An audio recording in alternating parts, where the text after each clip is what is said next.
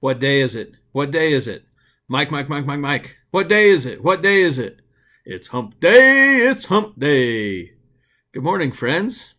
I hope you are all well. I hope that you are all feeling good and are not sick with the virus. I pray that those who have been exposed to it do not get it.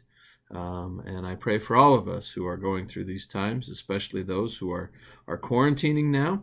There are many people who are experiencing that locally for us.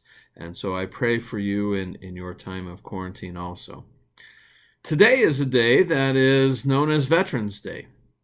On the 11th hour of the 11th day of the 11th month, the treaty or armistice was signed to end World War I. It was the day that the world was going to find peace, we thought. It was the day that the war to end all wars was going to be over. But unfortunately, we know that has not been the case.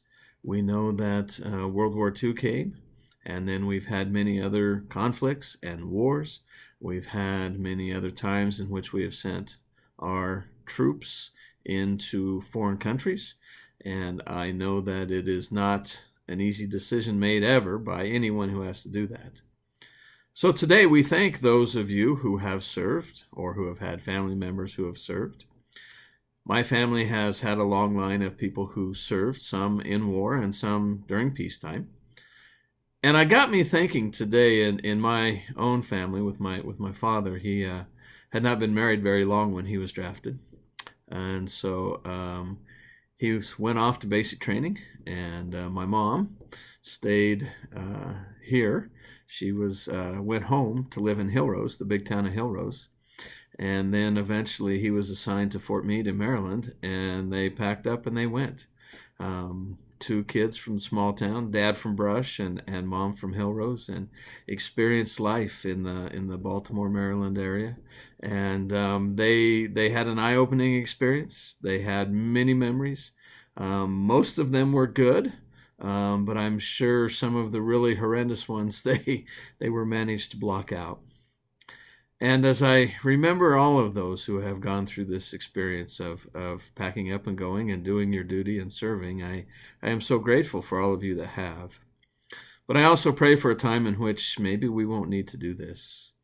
I pray for a time in which maybe, as the scripture says, the swords will beat into plowshares and the spears into pruning hooks, and the peace of the Lamb will be upon us all.